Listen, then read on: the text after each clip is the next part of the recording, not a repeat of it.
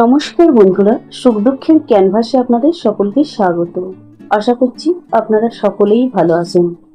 আপনাদেরকে আমি প্রথমেই অসংখ্য ধন্যবাদ জানাই, কারণ আমাকে যে আপনারা অনুপ্রেরণা দিয়েছেন এটা আমার খুব ভালো লেগেছে। আশা করছি আপনারা সকলেই আমার পাশে থাকবেন। চলুন আজকের ব্লগটা এখান থেকেই শুরু করি। সকাল এখন 6:30। ছেলে স্কুলে বেরিয়ে গেল, ছোট ছেলে। চলুন বাসনগুলো মেজে নিই। জানেন তো, সেই দিনটার কথাটা আপনাদেরকে ভালো করে আমি একটু বলতে চাই, কারণ সেই দিনটা আমার খুবই আজও পর্যন্ত সেই দুঃখের তো কথা ভোলার নয়। সেদিন সকালবেলা প্রায় 6:30 নাগাদ এরকমই কাজ সারছিলাম। হঠাৎ দিদি ফোন করলো যে বাবার খুব শরীর খারাপ, তুই কি এক্ষুনি আসতে পারবি? আমি শুনে সবকিছু রেখেই ছুটেছিলাম। সেদিন সত্যি বলতে কি, গোপাল গোবিন্দকে আর শীতলামাকে স্মরণ করে গিয়েছিলাম। তো বাবাকে গিয়ে দেখি যে ডাক্তারবাবু এসেছেন, কথা বলছে। বাবার হয়ে গিয়েছিল কি, সুগার ফল্ট করেছিল। তো সেই মুহূর্তে ডাক্তারবাবু প্রথমে বুঝতে পারেনি, তারপরে আবার ভালো করে চিকিৎসারে করে সব কিছু বুঝে ওষুধ দিয়েছিলেন এবং বলল যে এই একটা সব ঠিক হয়ে গেছে, কিন্তু খুব সতর্কে থাকতে। তো আমি গিয়ে দাঁড়াতে বাবা বলল, যদি আমার কিছু হয়ে যেত কি করতিস, কাকে তুই বাবা বলে ডাকতিস? সত্যি সেই কথাটা যেন সেটাই ফুলে গেল। আমি ভাবতে পারিনি যে এই কথাটা ফুলে যাবে বলে। যাই হোক, আমি বললাম, তা তুমি তো বেশ ভালোই এখন দেখছি কথা বলছো। তা দিদি বলল যে বাবা এর আগে কথা বলতে পারছিল না, কথাটা এড়িয়ে যাচ্ছিল, আস্তে আস্তেই এখন অনেকটা পরে ঠিক হয়েছে। যাই হোক, বাবাকে যা প্রেসক্রিপশান দিয়েছিল ডাক্তারবাবু, সেই রকমভাবে ওষুধপত্র কিনে খাইয়ে বললাম, তুমি ওষুধগুলো খাও। বাবা তখন বললো, চলে যাবি? থাক না আজকে। কেন আজকে থাকবো কেন, তুমি তো সুস্থই হয়ে গেছো। ছেলেগুলোকে রেখে এসেছি, তাদের রান্না বান্না করতে হবে।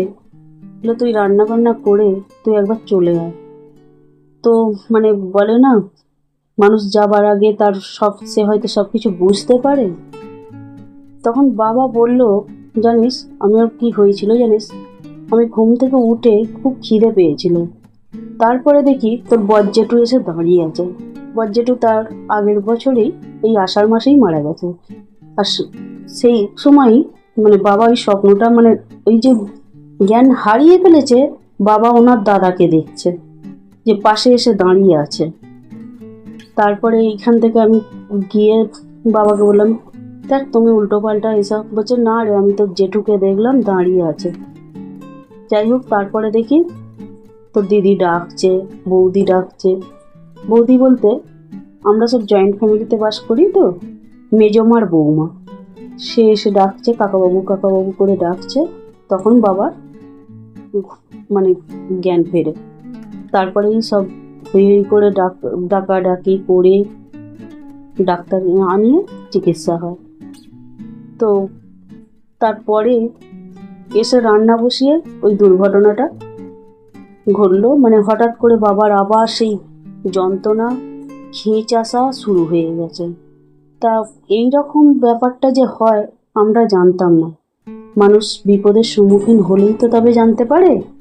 যাই হোক, পরে আমি জানলাম যে ব্রেন নাকি সুগার ফল হলে যখন মানুষ দেখবেন যে খুব সুস্থ হয়ে গেল, তখনই জানবেন যে ব্রেন তাকে ধোঁকা দিল। যাই হোক, সেটা তো আমরা জানতাম না, আমরা সাধারণ মানুষ কি করেই বা জানবো।